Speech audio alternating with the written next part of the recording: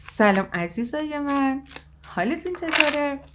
امشب میخوام واسهتون نگاه کنم ببینم که اون کاری که مدت‌ها میخواین انجامش بدین، خیلی توش تلاش کردین، خیلی وقت گذاشتین، اما نمیشه، جور در نمیاد. همیشه قبل از رسیدن بهش یه مشکلی پیش میاد، یه اتفاقی میفته، خودتون گاهی اوقات بیخیالش میشین و انجامش نمیدین، ولی بسیار در سر شما داره میگذره که آخر این ماجرا و این هدف من چه خواهد شد. میخوام براتون بررسی کنم ببینم گیر این ماجرا کجاست، جریانش چیه و چجوری میتونیم که بازش بکنیم. بچه ها، از کارت های تاروکل امشب استفاده میکنم. کارت های تاروکل ممکنه بعضی از شما عزیزانم بشناسید این کارت ها رو. در واقع ترکیبی هستش از تاروت و اوراکل های مختلف و همینطور لنورماند. خیلی قدرتمنده، خیلی پیامهاش میتونه متفاوت باشه و به هر حال وقتی که میخوایم یه گیر یه مشکل رو پیدا بکنیم بد نیست که ترکیبی بزنیم. خب عزیزای دلم، نیت کنید. اول از کارت های ملکه ماه براتون کارت میکشم. نیت کنید که ببینیم که گیر کار شما، اون هدفی که دنبال میکنید، آنچه که در سر شما میگذره، اون کاری که میخواین انجام بدین و نشده، گیرش کجاست؟ میخوایم این رو پیدا بکنیم. خب من اول ببینم که همین الان شما در چه وضعیتی هستین قبل از این که گیرش رو پیدا کنیم. به نام خداوند. بچه ها حتما لطفاً کانال رو سابسکرایب کنید و لایک رو اگر خوشتون اومد بزنید، به خاطر اینکه نیت های من و حالا تمام کسانی که زحمت میکشن توی این کار به این صورت هستش. وقتی نیت میکنیم، نیت بی زمانه. یعنی شما اگر 1 سال دیگه همین ویدیو رو ببینید و نیت کنید روش، میتونید جواب رو بگیرین. اما حتما باید کانال رو سابسکرایب داشته باشین و در واقع سابسکرایب کانال من باشین تا انرژی های من با شما همسو بشه و بتونیم که دقیق ترین جواب ها رو در بیاریم و به شما بدیم. اگر واقعا دوست داریم که نتیجه‌ای داشته باشه این تاروت خوانی و بتونین ازش استفاده کنین، خواهش میکنم که کانال رو ساب کنین، زنگوله رو بزنین اگر که دوست دارین و اگر خوشتون اومد لایک کنید حتما. خب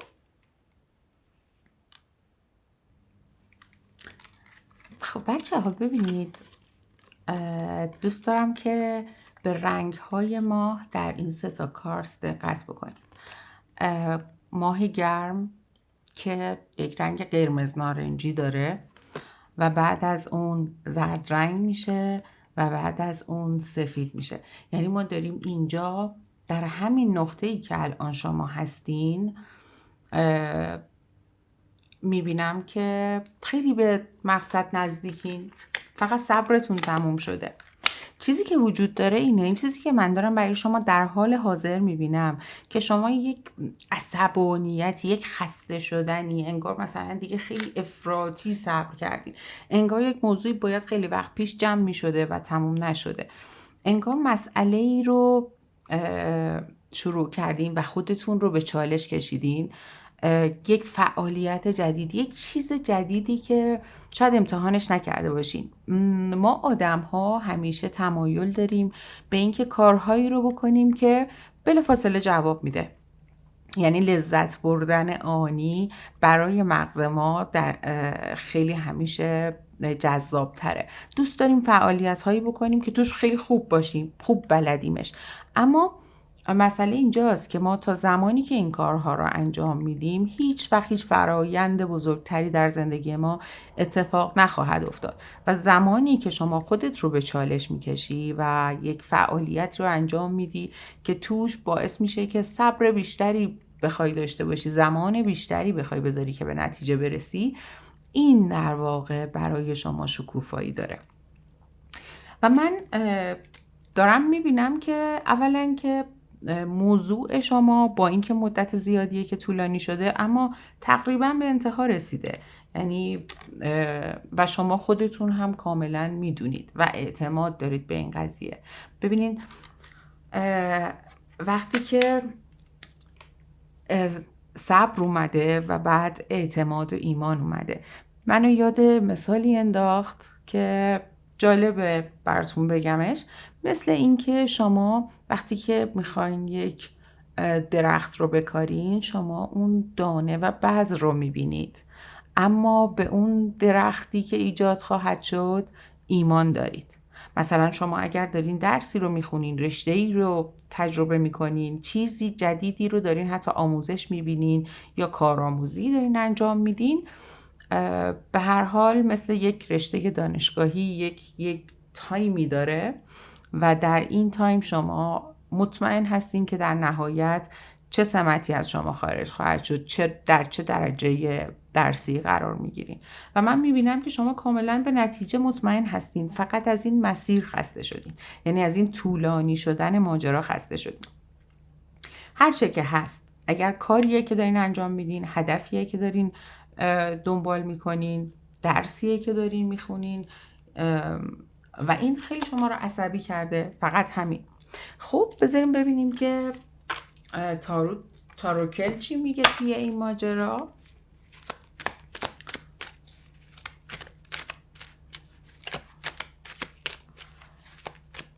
کمی برامون بازترش کن جریان رو که ببینیم این ماجرا جریانش چیه.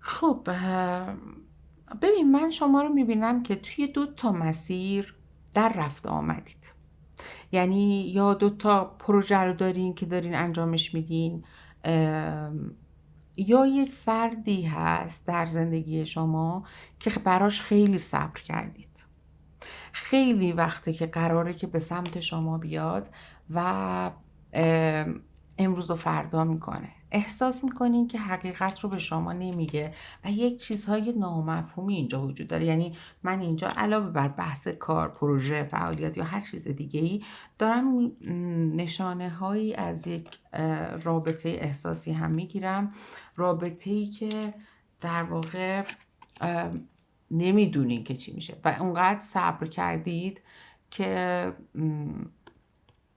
واقعا دیگه خسته شدید. من طرف مقابل شما رو در یک رفت آمدی بین 2 مجموعه میبینم. این 2 مجموعه میتونه 2 محیط کاری باشه، میتونه بین 2 خونه باشه، میتونه بین 2 نفر باشه.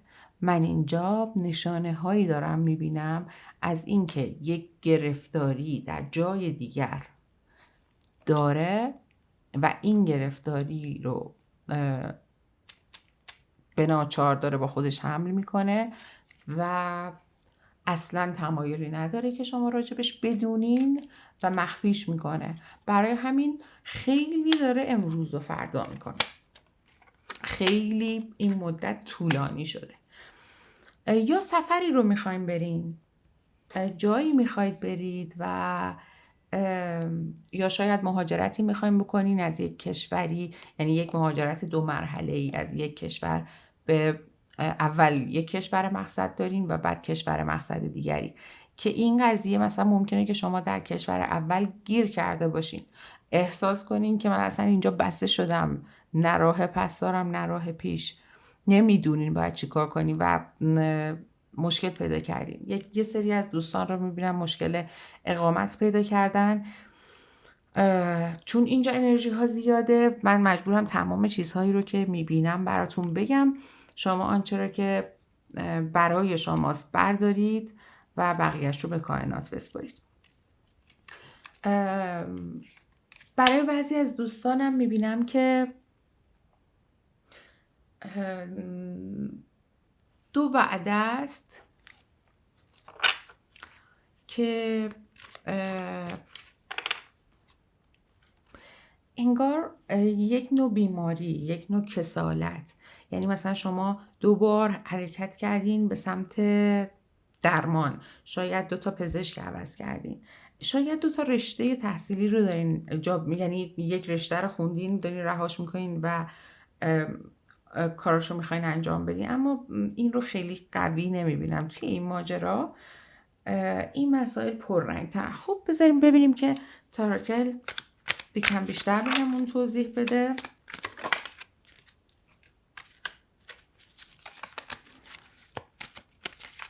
گیر دوستان من الان کجاست و این صبری که دارن انجام میدن توی هر قضیه‌ای که هستش، لطفاً به ما بگین که اولا این مشکل دقیقاً چیه، مشکل رو برای ما کاملاً بازش بکنین اول.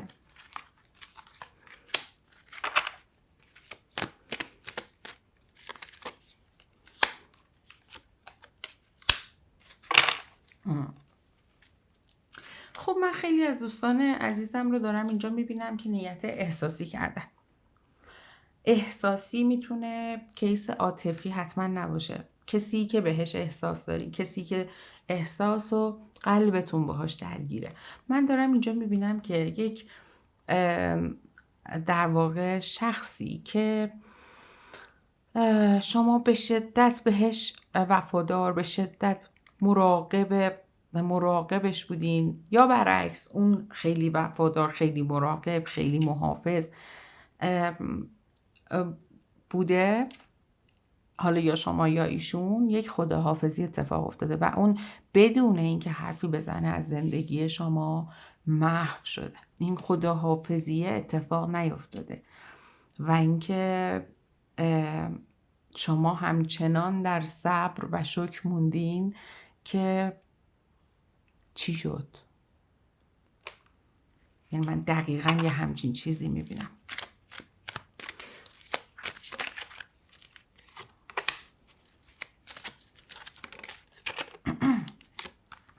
برای یه سری از دوستانم این کیس عاطفیتون ممکنه که در زندگی دیگری باشد، یعنی در یک تعهد و تعهد در رابطه دیگه‌ای هست که یا شما میدونید یا نمیدونید. به نظر میاد که شما میدونین. در واقع من اینجا دارم یک عشق مخفیانه رو میبینم، یک احساس رمانتیکی که سعی میکنین خیلی بروزش ندین. یک عشق کورکورانه رو دارم میبینم عزیزای دلم، خردی که وجود داره، چیزی که میدونین، اما اونقدر اون عشق برای شما به نظرتون بزرگتره که حاضرین تمام سختی‌هاش و مسائلش رو بپذیرین.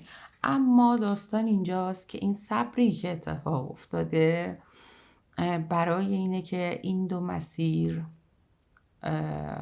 بهتره که از هم جدا بشه. خیلی از دوستان من هنوز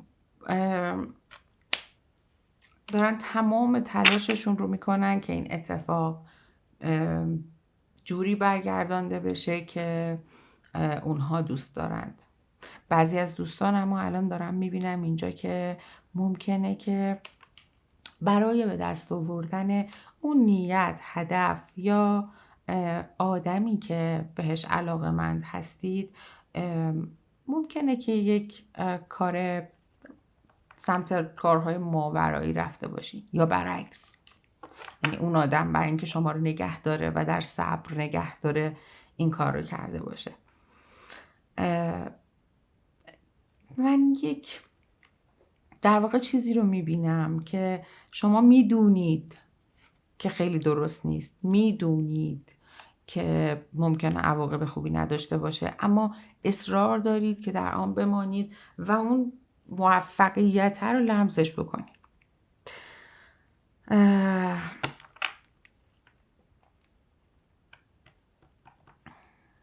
خب اگر که مسائل عاطفی باشه به این صورته که من عرض کردم خدمتشون، اما برای دوستان دیگرم که نیتشون عاطفی نیست، نیت کاری انجام دادن. اگر نیت مهاجرت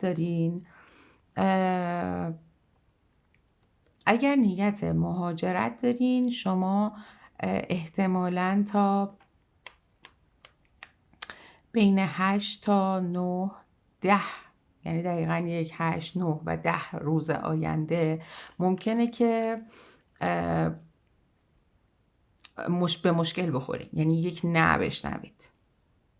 ممکنه که یک مدرکی رو که فراموش کرده باشین با خودتون بیارین، یا فراموش کرده باشین که اصلا انجامش بدین.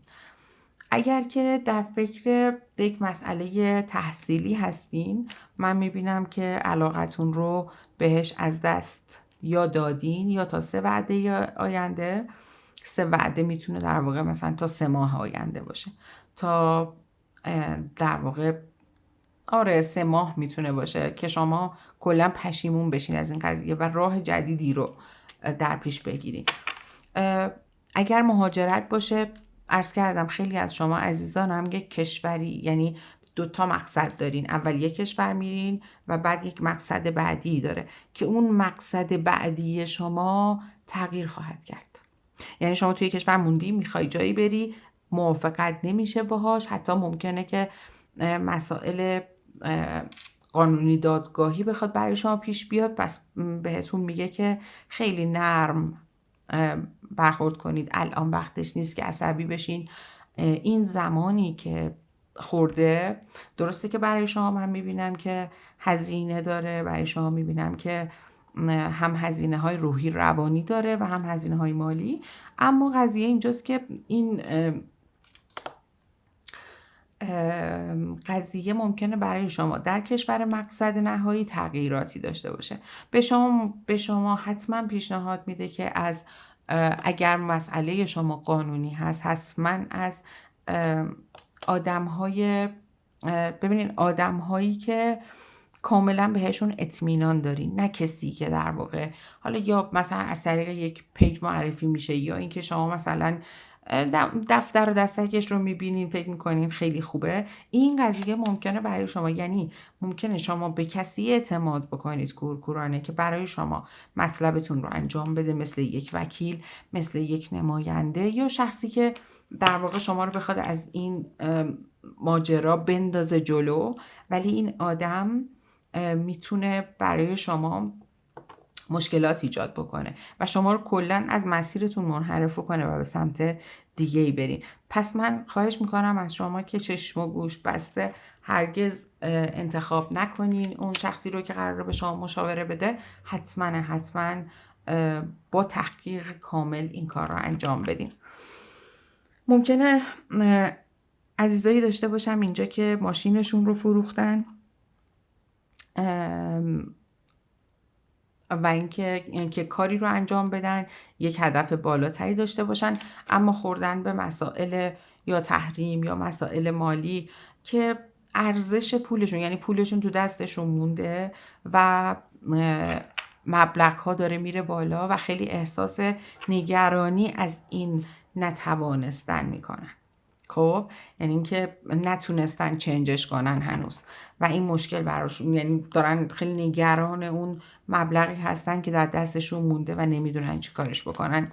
ولی این قضیه هم پایان خواهد یافت اگر به این صورت باشه که من عرض میکنم خدمتتون. شما ممکنه که یک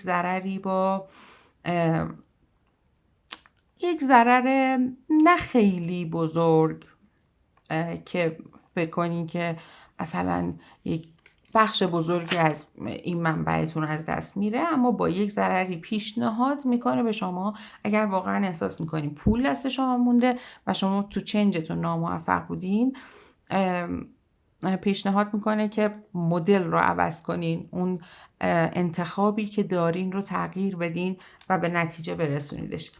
اگر که نه، برعکس میخواید چیزی رو بفروشید و در تلاش برای فروش، یعنی باز من اینجا میتونم چنج دارایی ها ببینم، تبدیل کردن دارایی به پول، به شما توصیه نمیکنه فعلا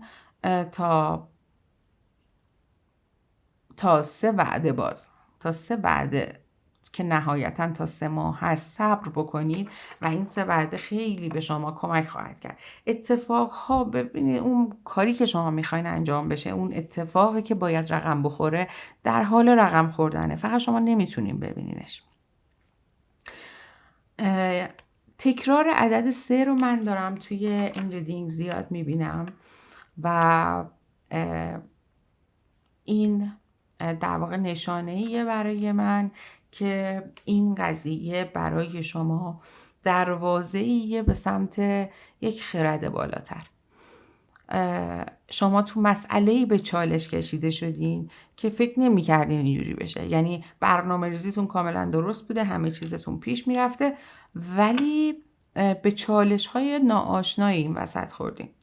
تاروت داره توصیه میکنه که مسیر زندگی همه آدم‌ها از تونل‌های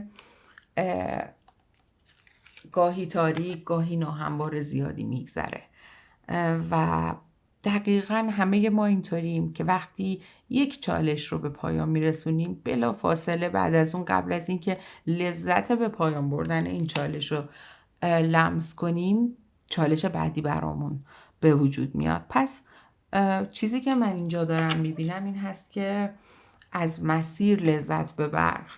مقصد همیشه مقصد بعدی پشتش هستش. خب یک توصیه بگیریم از اوراکل ملکه ما. لطفاً به ما یک توصیه بده، یا من این اوراکل رو عوض کنم برای توصیه. دوست دارم که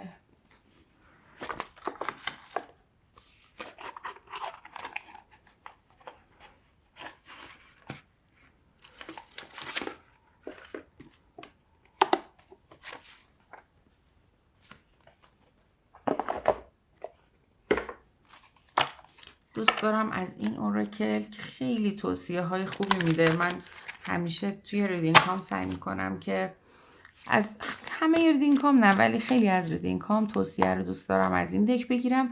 این دک الهه ها، خدایان و فرشتگان نگهبان هست و اجازه بدیم ببینیم که چه توصیه‌ای برای شما در این لحظه دارن. لطفاً به دوستان من توصیه رو اعلام کنین برای این صبری که به وجود اومده، این تأخیری که در این مسیر وجود داره. کارت بریجید اومد براتون و این الهه در واقع جادوی درمان هستش.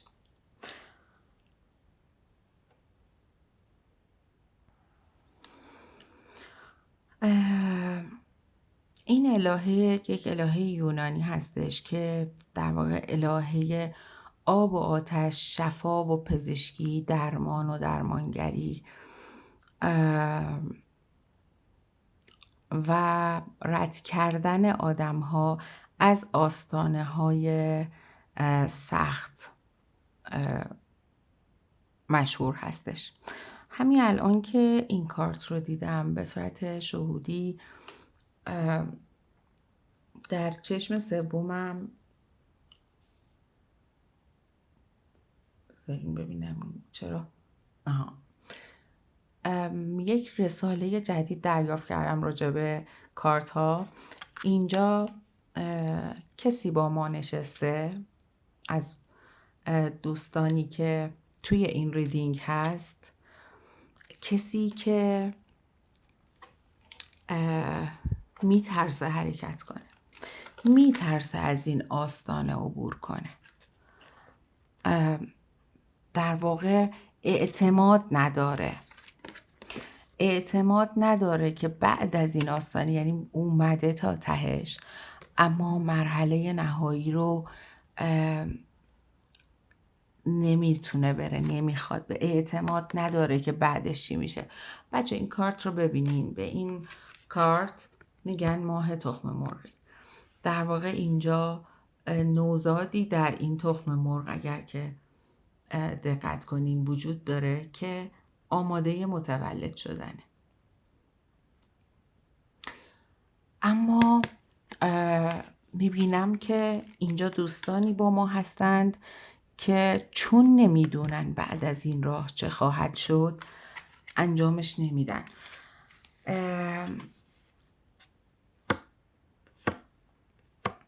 میدونین جریان چیه؟ جریان اینه که این الهه داره به شما میگه که این چالش رو، این قضیه رو شما قبلا در زندگی های قبلی، در تجلی های قبلی روح تجربه کردید. از آستانه رد بشین، به یاد خواهید آورد. ممکنه شما یک انرژی درمانگر باشین یا نیاز به یک انرژی درمانی برای متعادل کردن خودتون، مخصوصا در چاکراه ریشه شما و چاکراه دوم شما میبینم که نیاز به متعادلی کردن اون دارین. ممکنه شما یک انرژی درمانگر هستید ولی نمیدونین. ممکنه کاری که میخواین انجام بدین میدونید که میتونید و قدرتش رو دارین که انجامش بدین، اما ممکنه که مثلا از تمسخر، انتقاد یا حتی از مجازات بترسید. یک دانش عمیقی شما درون خودتون دارین که در تجلی‌های گذشته شما دزدیده، بی‌اعتبار یا علیه شما ازش استفاده شده. خودتون رو شفا بدین، رد بشین.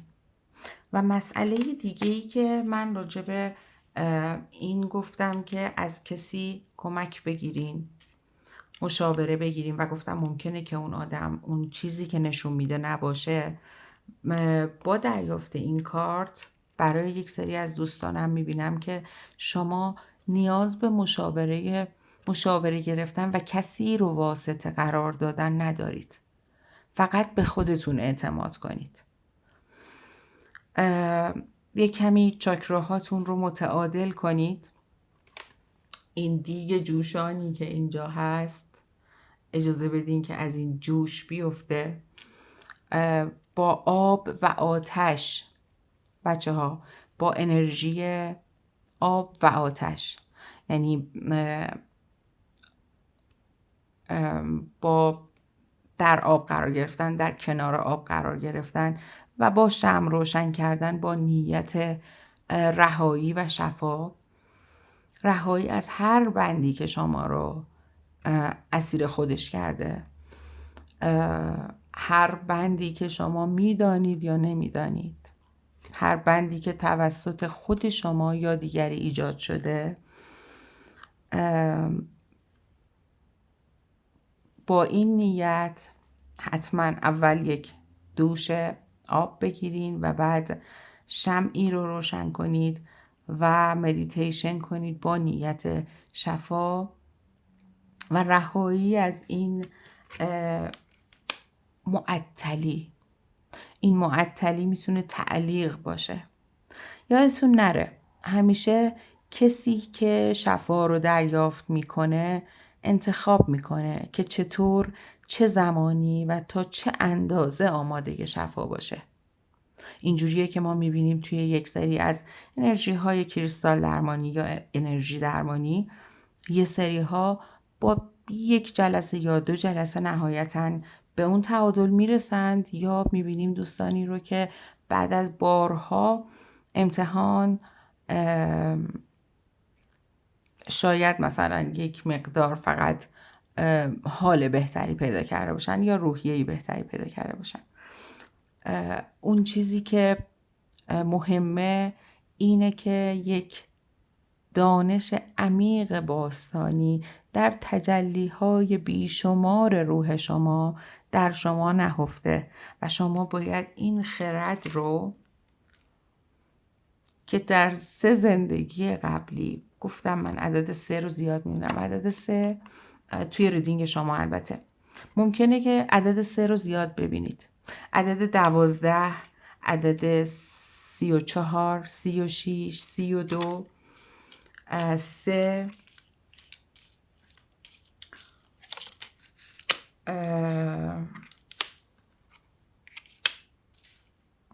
شیش، 81 و 9.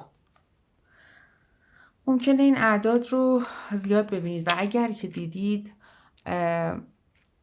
برگردید توی این ریدینگ و دوباره مطالب رو گوش کنین. مطالب زیاد بود چون تعداد نفرات زیادی من احساس میکنم که انرژیشون کنار ما هست. اون چرا که نیاز دارید بردارید و بقیهش رو به کائنات بسپارید. دوستای عزیزم سابسکرایب یادتون نره. برای اینکه ریدینگ های دیگر ما رو ببینید حتما زنگوله رو فعال کنید. اگر خوشتون اومد لایک رو بزنید و من شما رو تا انرژی خانی بعدی به خدای بزرگ میسپارم. دوستتون دارم.